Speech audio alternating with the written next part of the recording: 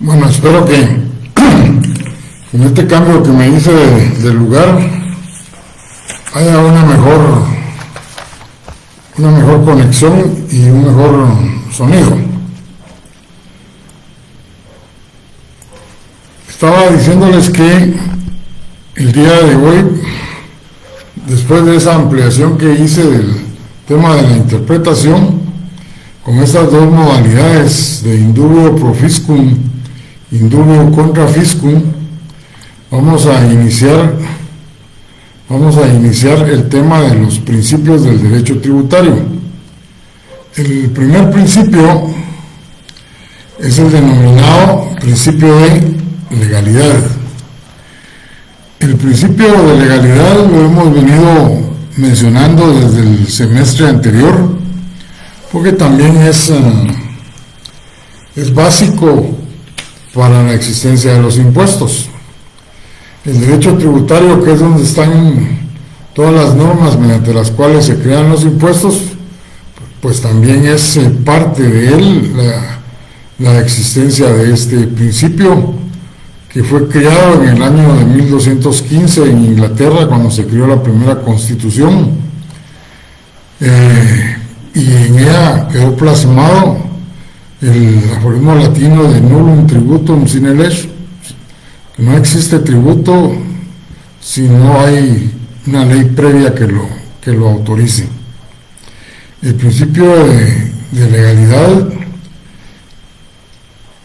en la constitución anterior, aquí en Guatemala, no estaba contemplado en forma expresa como actualmente lo tenemos, sino que únicamente dentro de las funciones y atribuciones del Congreso estaba señalada la obligación del Congreso de crear los impuestos, las tasas, las contribuciones especiales. En la actualidad, en el artículo 239 se establece el principio de legalidad, y en él se incluyen los elementos, como decíamos el día anterior, los elementos estructurantes de los impuestos que el Congreso de la República debe de incluir en cualquier ley de impuestos que apruebe, facultad que está regulada en el artículo 171, literal C de la Constitución. Eso es vital la existencia entonces de estos elementos estructurantes, y que deben de estar en una Constitución. Nosotros pues ya tenemos una Constitución más moderna, más contemporánea, y entonces ahí quedaron estos elementos básicos que debe tener un tributo, como los hechos imponibles, los sujetos pasivos, las exenciones, y ustedes pueden leerlo más despacio y ahí van a encontrar esos elementos estructurantes. Según la doctrina, el principio de legalidad se refiere en general a los tributos, que son impuestos, tasas y contribuciones especiales. Sin embargo, el semestre anterior explicamos que en Guatemala prácticamente se violó la doctrina, pues en el artículo 239 dice que el Congreso de la República tiene la obligación de crear los impuestos, las contribuciones especiales y los arbitrios. Y se recuerdan que les conté que se omitió incluir las tasas, que son un tributo, y como tal aplicable el principio de legalidad. Los legisladores constituyentes pienso que omitieron esa parte de la tasa e incluyeron los arbitrios con el propósito de frenar el exceso de arbitrios que estaban creando las corporaciones municipales. O sea, era una gran cantidad de arbitrios que estaban creando, volviéndose como en el estado feudal, que el rey, cada vez que surgía una necesidad, pues creaba un tributo. Y por eso lo limitaron. Pero lo único que provocaron al no incluir la tasa es que en la actualidad la Corte de Constitucionalidad constantemente está emitiendo sentencias en las cuales declara con lugar la inconstitucionalidad que plantean personas que se ven afectadas con tasas que están creando las municipalidades, pero que no son más que arbitrios. O sea, lo único que le cambiaron es el nombre. El problema es que estas acciones de inconstitucionalidad solo son interpuestas por personas que tienen capacidad económica para pagar servicios de un abogado. Pero cuando afectan a pequeñas minorías que no tienen esa capacidad económica, pues prácticamente estos consejos, en forma arbitraria e ilegal totalmente, los están obligando a hacer pagos de arbitrios, solo que disfrazados con el nombre de tasas. Otra cuestión importante que hay que señalar es que esta separación de los bienes del rey, los bienes del Estado, fue para limitar las arbitrariedades. Pero estas arbitrariedades, a través de los años, se están cometiendo de nuevo. Al haberse suprimido las tasas del orden constitucional y dejar los arbitrios. De todas maneras, un órgano jurisdiccional municipal, como son los consejos municipales, están creando estos pagos obligatorios a favor de las municipalidades. Otra cuestión que hay que señalar es que el principio de legalidad tiene dos características. Una es la reserva de ley, que se refiere que la única fuente del derecho tributario es la ley, y la otra es la preferencia de ley. Esto significa que la norma constitucional contenida en nuestra Constitución, pues prácticamente es superior a cualquier otra disposición legal. Y por eso es que el legislador extraordinario dejó dentro del artículo 239 lo que la doctrina moderna señala en el derecho tributario, que se deben de señalar los elementos estructurantes básicos de los impuestos para que las demás leyes ordinarias que van a crear los impuestos pues contemplen la totalidad de estos elementos estructurantes. Luego vamos a referirnos al principio de generalidad. El principio de generalidad es un principio que lo tenemos contenido en el artículo 153 de la Constitución de la República, y se refiere al carácter extensivo, de la tributación. Se extiende a todas, las normas tributarias se extienden a todas las personas que se encuentran dentro del territorio de la República, sin tomar en diferencias de categoría social, sexo, nacionalidad o cualquier otra característica o estructura de las personas individuales o jurídicas. Pero cuando nos referimos a ese carácter extensivo, no significa, por ejemplo, que como existe la ley del impuesto único sobre inmuebles, todos los que nos encontramos en el territorio guatemalteco, no importa que sean nacionales o extranjeros, o que sean de menores de edad o mayores de edad, tengan que pagar ese impuesto. No. La generalidad significa que todos los que estamos dentro del territorio tenemos que pagar siempre y cuando nos ubiquemos dentro de los hechos generadores que establece la ley tributaria. En este ejemplo que les estoy citando, lo que se da es que no van a pagar ninguna otra persona que no tenga bienes inmuebles. Lo van a pagar únicamente las personas que tienen bienes inmuebles. De lo contrario, no van a estar sujetos al pago de ese impuesto.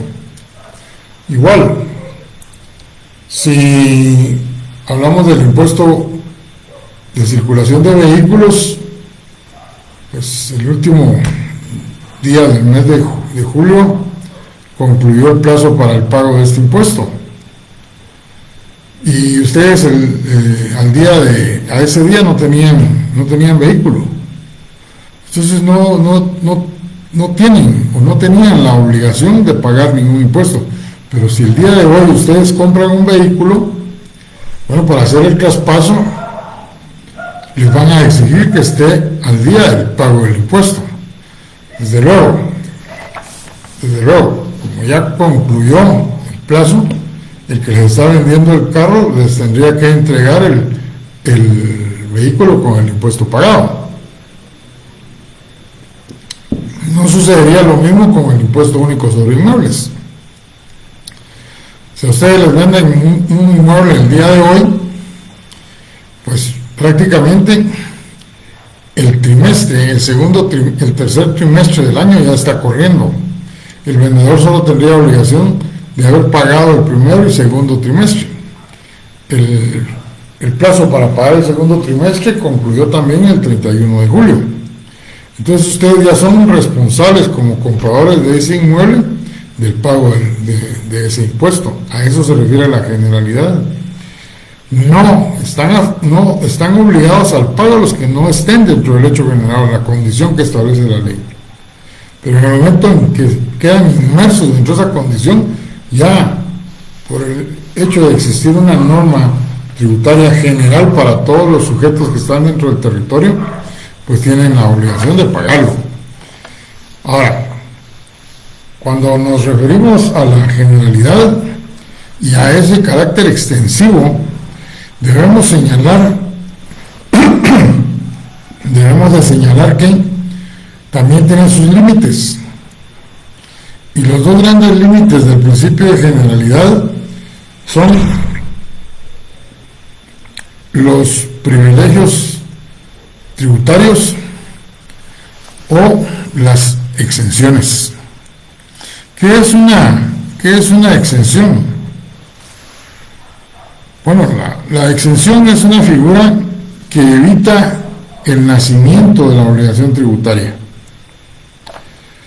Las exenciones no deben de otorgarse en una forma arbitraria o para beneficiar a algún sector porque es conveniente o por cuestiones eminentemente políticas.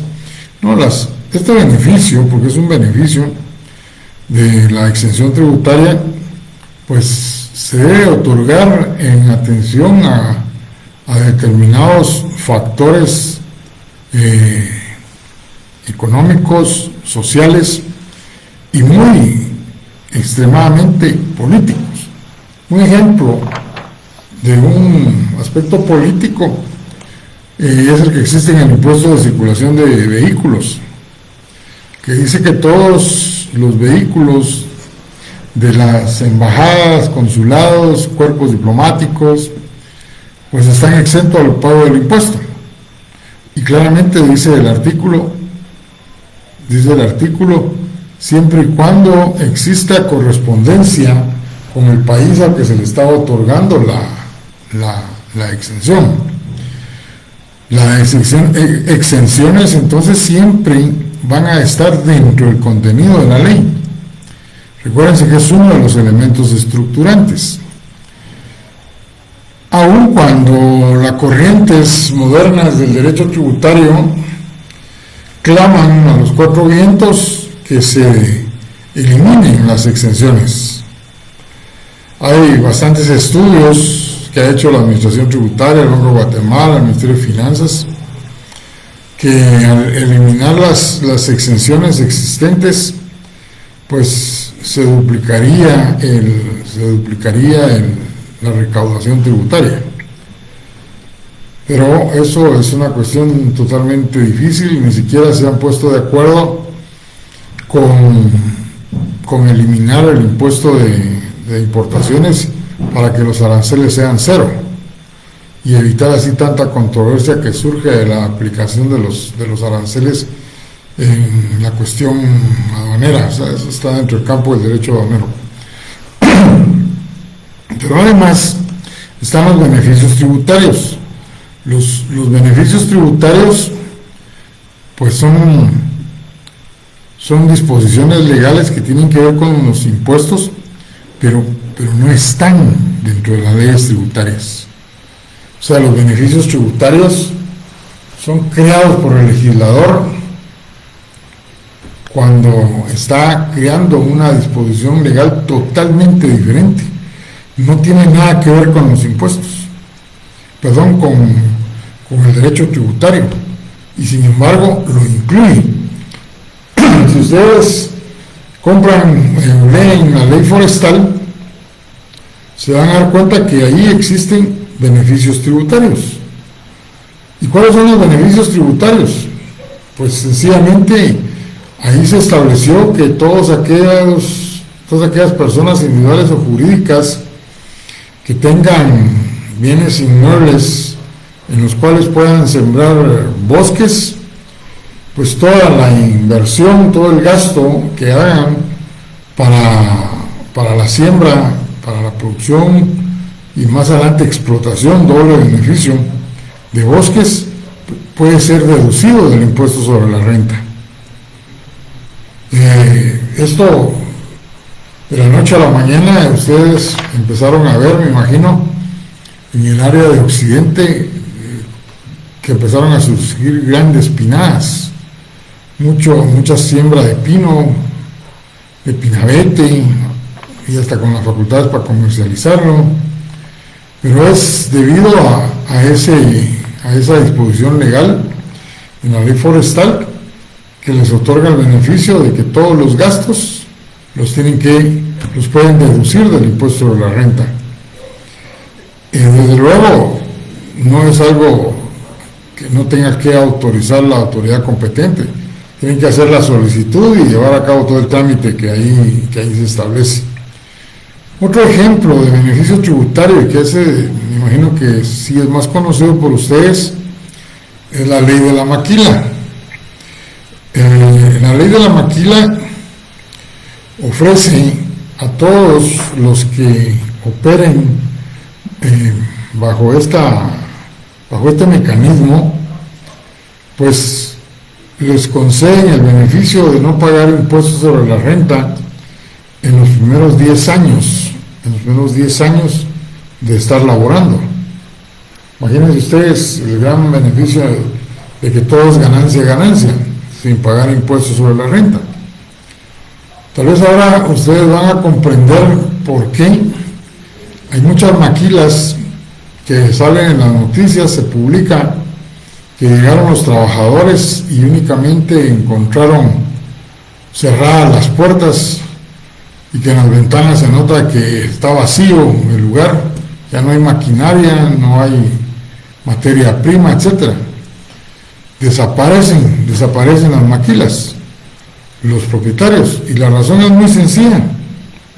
La razón es porque ya están dentro del 7º u 8º año de estar laborando, de estar fabricando, y entonces ya va a terminar ese beneficio tributario, y con el objeto de no pagar el impuesto, desaparecen todos los bienes, con el gran problema que le causan a los trabajadores que no les pagan sus prestaciones.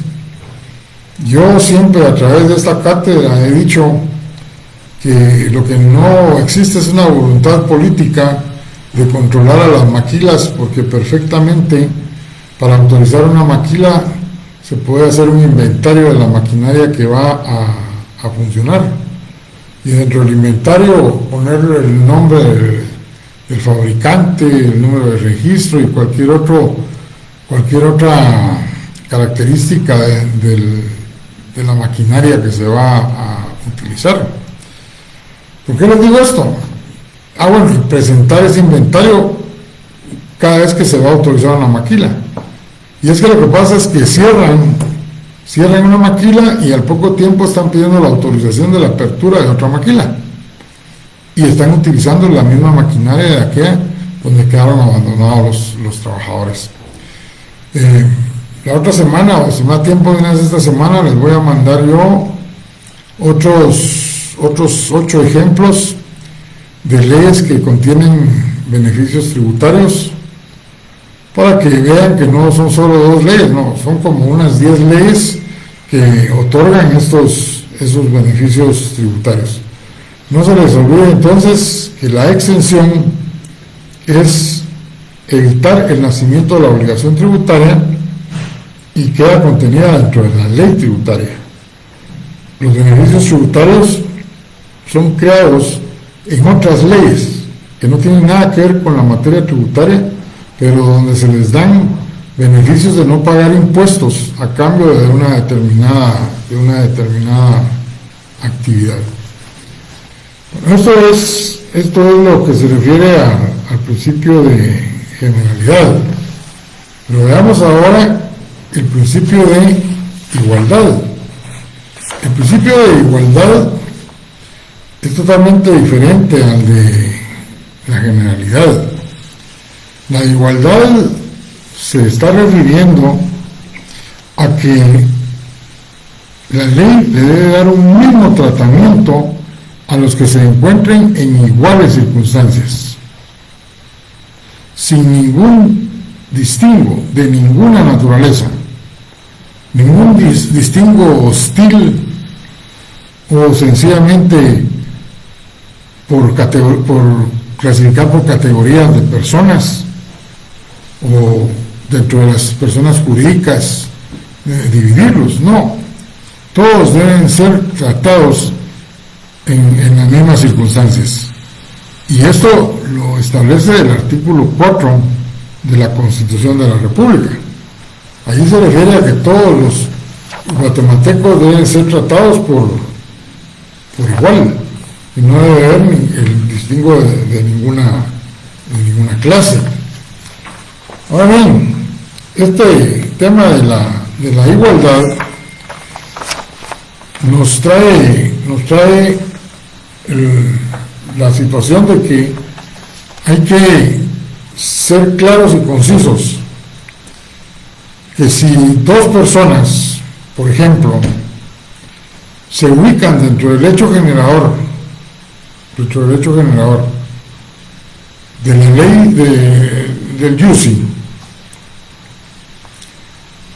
en el ejemplo de que los 2 tienen una propiedad en un condominio, en la misma cuadra, están a la par, pero uno de ellos es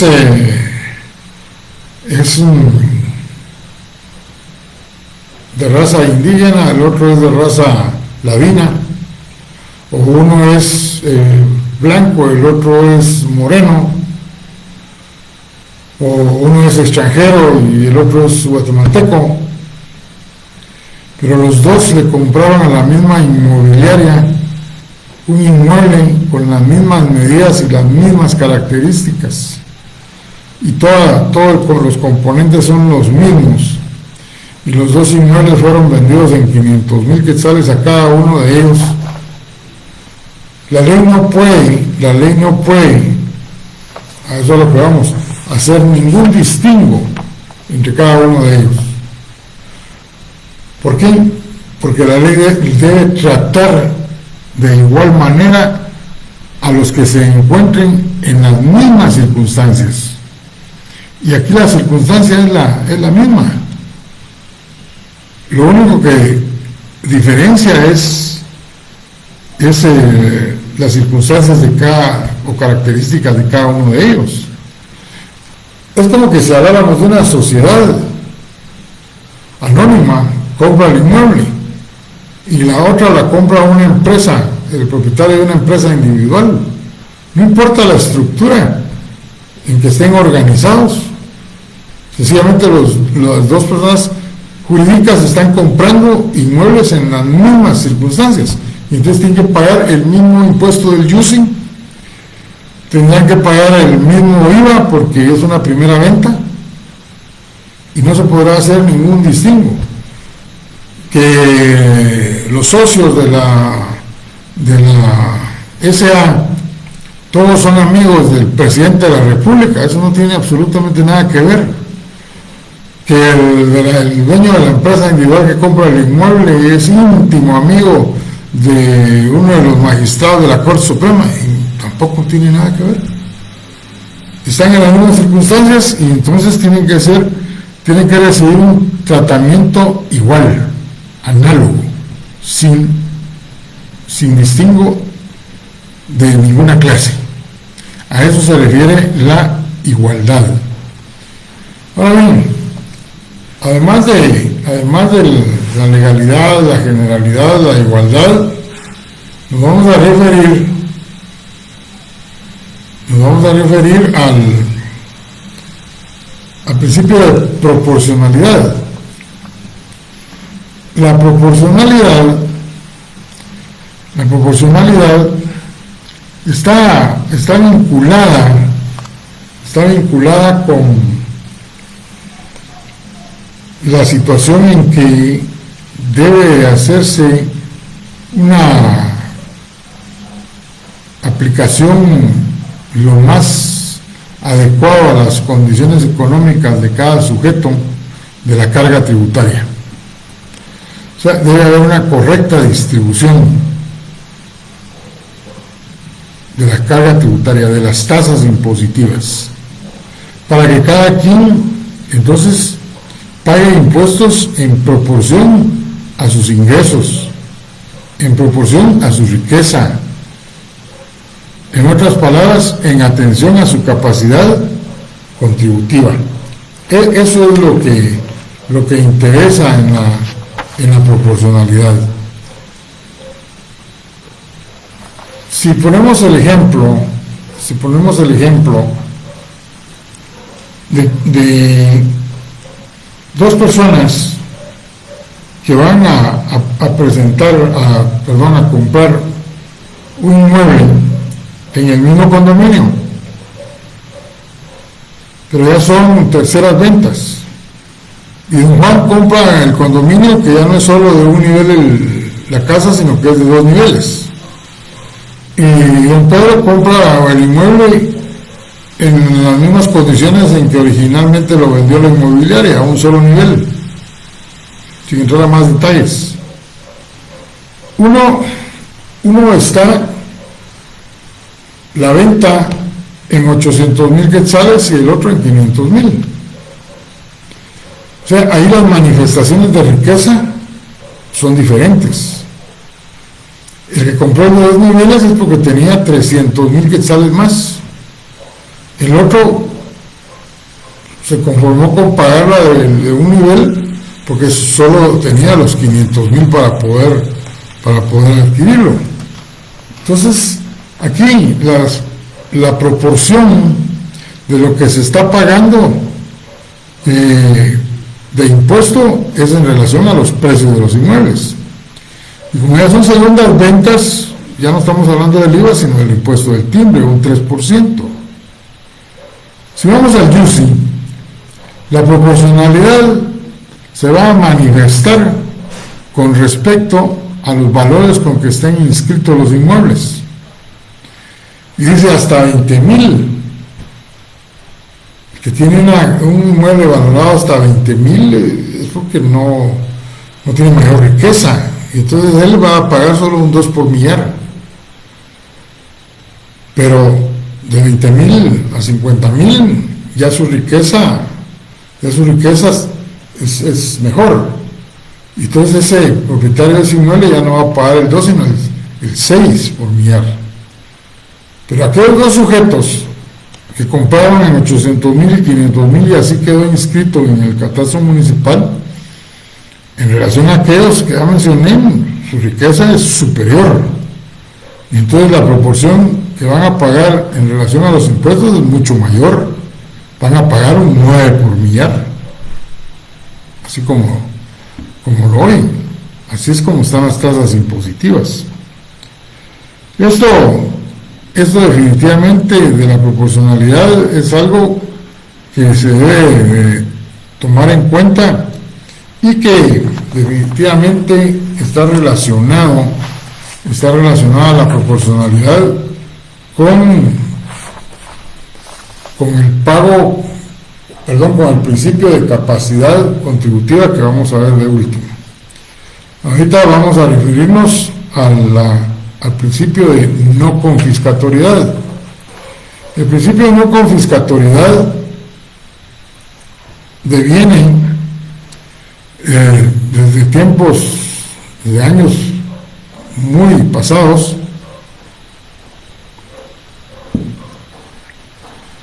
cuando en el Estado feudal los reyes, al no pagarle los impuestos, pues tenían una policía que funcionaba precisamente para el cobro de los impuestos, y si no pagaban, pues les quitaban a aquellos miembros de la sociedad, los plebeyos, los de la gleba, toda esa gente, sus bienes, ya sean semovientes, aves, cosechas, se las decomisaban y los dejaban incluso sin los medios para sobrevivir. La no confiscatoriedad, que está contenida en el artículo 243 de la Constitución de la República, se refiere a que el gravamen impositivo, ese gravamen impositivo debe ser razonable. O sea, gravar los bienes de las personas, sus ganancias, pero de una forma razonable, sin dejarlo con lo suficiente para poder sobrevivir. Es como que en este momento que estamos viviendo de crisis económica, porque la hay, nos impusieran, como se lo quisieron hacer al presidente Berger, el Banco Mundial y el Fondo Monetario Internacional, que subieran al 15% el IVA, cuando no se ha logrado controlar en la totalidad la inflación imperante, no han existido aumentos razonables de sueldo, que factores extranjeros siguen presionando los precios del combustible, y así puedo seguir mencionando una serie de factores más. Subir al 15% ahorita el IVA sería volverlo un impuesto confiscatorio, porque nos estaría dejando sin los medios económicos razonables para poder subsistir. Y hasta cierto punto se estaría violando el artículo 44 de la Constitución, que se refiere a la propiedad privada. En la doctrina señalan que el principio de no confiscatoriedad está vinculada con el respeto al principio de la propiedad privada.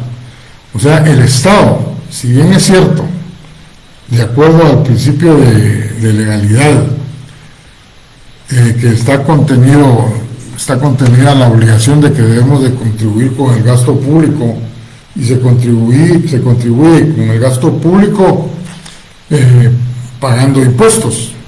Está en la Constitución también. Pero espérenme que encuentre el artículo, no lo tengo a la mano. Y entonces, hasta ahí estamos de acuerdo. Pero también hay una norma que está entre los principios constitucionales, que es el artículo 44, los derechos inherentes a la persona humana. Esto también se refiere al respeto a la propiedad privada. O sea, el Estado debe gravar lo razonable, sin quitar los mínimos vitales o eliminar los mínimos vitales necesarios para la subsistencia, para que puedan sobrevivir los sujetos. A eso se refiere el principio de no confiscatoriedad. Y como les decía, cuando hablábamos de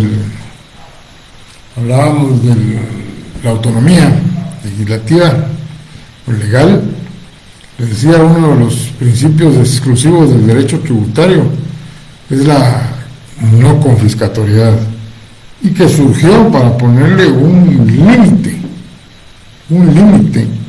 a las autoridades estatales, ya sea ejecutivo o legislativo, de no gravar los mínimos vitales de los contribuyentes, de los sujetos pasivos, solo gravar lo razonable. Bueno, eso es lo que podemos hablar del principio de legalidad, del principio de igualdad, de generalidad, proporcionalidad, no confiscatoriedad, pero nos falta uno. Nos falta el principio de capacidad contributiva. El principio de capacidad contributiva siempre se ha dicho que es un principio que tiene un carácter eminentemente económico, porque este principio se aplica en relación a la condición económica de los sujetos pasivos. Un sujeto pasivo va a pagar impuesto en atención a su situación económica. Alguien me preguntaba alguna vez, bueno, ¿para usted qué es el principio de capacidad contributiva? Pues para mí lo que significa es que el que tiene más debe pagar más impuestos, y el que tiene menos impuestos va a pagar menos impuestos. Y esa es la realidad. Ya les puse los ejemplos de esto de la proporcionalidad. Les dije que está muy ligado con la no confiscatoriedad, pero también está ligado con este principio de capacidad contributiva. Nosotros vamos a pagar impuestos en proporción a nuestra condición económica, en atención a nuestra capacidad contributiva. Y así es el ejemplo del YUSI. Entre más alto es el valor del inmueble, más impuestos tiene que pagar. El impuesto sobre la renta, también está los distintos regímenes. En la parte salarial, el régimen que está en relación de dependencia, dice que en mayores ingresos, mayor es la tasa, mayor es el impuesto que tiene que pagar. Y ahí señala las tasas impositivas. En uno de los regímenes donde se permiten las deducciones, pues ahí se está grabando las ganancias, y entonces hay una tasa fija del 25, si mal no recuerdo, por ciento. Pero si sus ganancias son 5 millones, y le aplican ese 25%, en relación a alguien que tuvo ganancias en el ejercicio fiscal de 30 millones, pues ese 25% al aplicarlo a esos 30 millones es mucho mayor. O sea, la capacidad contributiva, lo vuelvo a repetir, tiene íntima relación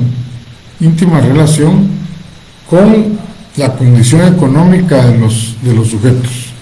Cada quien va a pagar en proporción de lo que son sus ingresos. La capacidad contributiva está contemplada en la Constitución de la República, en el artículo 243. Y en la doctrina se señala que la capacidad contributiva es un impuesto que al aplicarse debe garantizar dos principios más, que es el principio de justicia y el principio de razonabilidad. Y la razonabilidad, ya hablamos de ella. La razonabilidad dijimos que va a ser una proporción que debe pagar el sujeto en atención a sus ingresos, pero sin dejarlo con lo necesario para su subsistencia.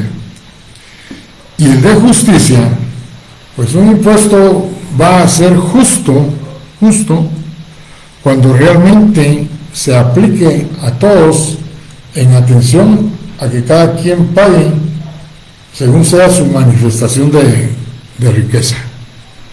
Este principio de justicia lo vamos a ver si lo ampliamos en la próxima clase. Bueno, esto es lo que podemos hablar de los principios del derecho tributario. Hoy quiero contarles que ya publicaron, porque me imagino que ustedes también ya tienen la información de que los exámenes parciales inician el 21 de agosto.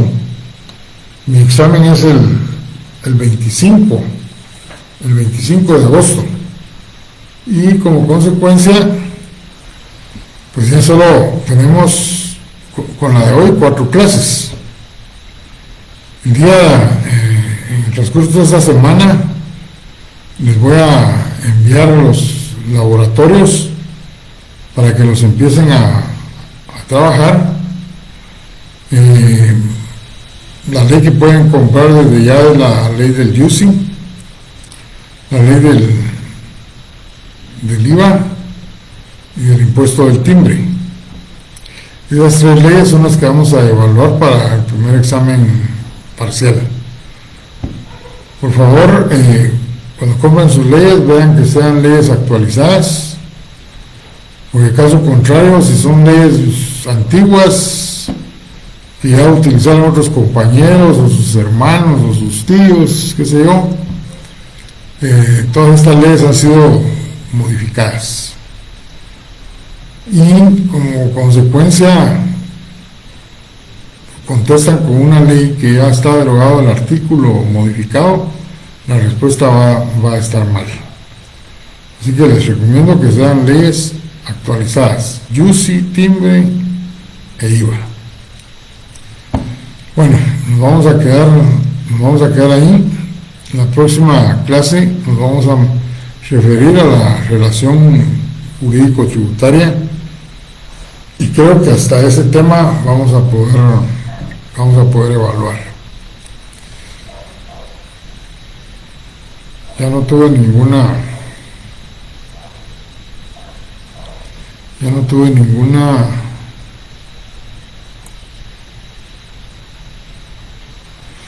aquí Echeverría me pregunta si los exámenes serán presenciales.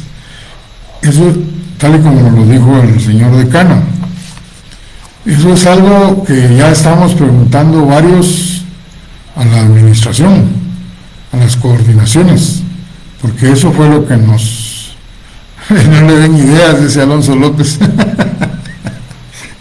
No son ideas, eso es algo que dijo el señor decano en la celebración del Día del Maestro.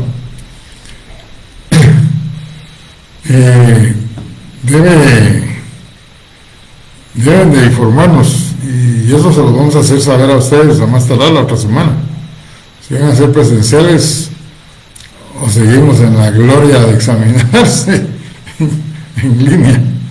Con respecto a la pregunta que hace el compañero, si es la ley de timbre forense, no. Yo desde el principio les dije que eran leyes tributarias, no leyes relacionadas con el derecho notarial.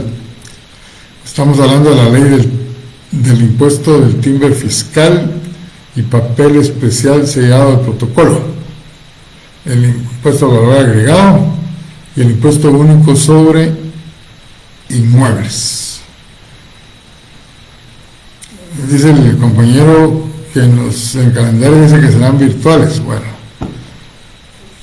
yo voy a ver, pero no solo yo estoy preguntando, somos varios catedráticos los que estamos preguntando qué pasó con la instrucción que nos dio el señor que nos dijo que el señor decano que se iba a dar. Ustedes no se preocupen, de todas maneras el examen de que se hace, se hace. No se les olvide a los compañeros que llevan la retrasada de Derecho Financiero, que hoy a las 8:30, 20:30, voy a subir el examen para que se sometan al mismo y poder pasar ya las notas esta semana. Tengan buenas noches, compañeros.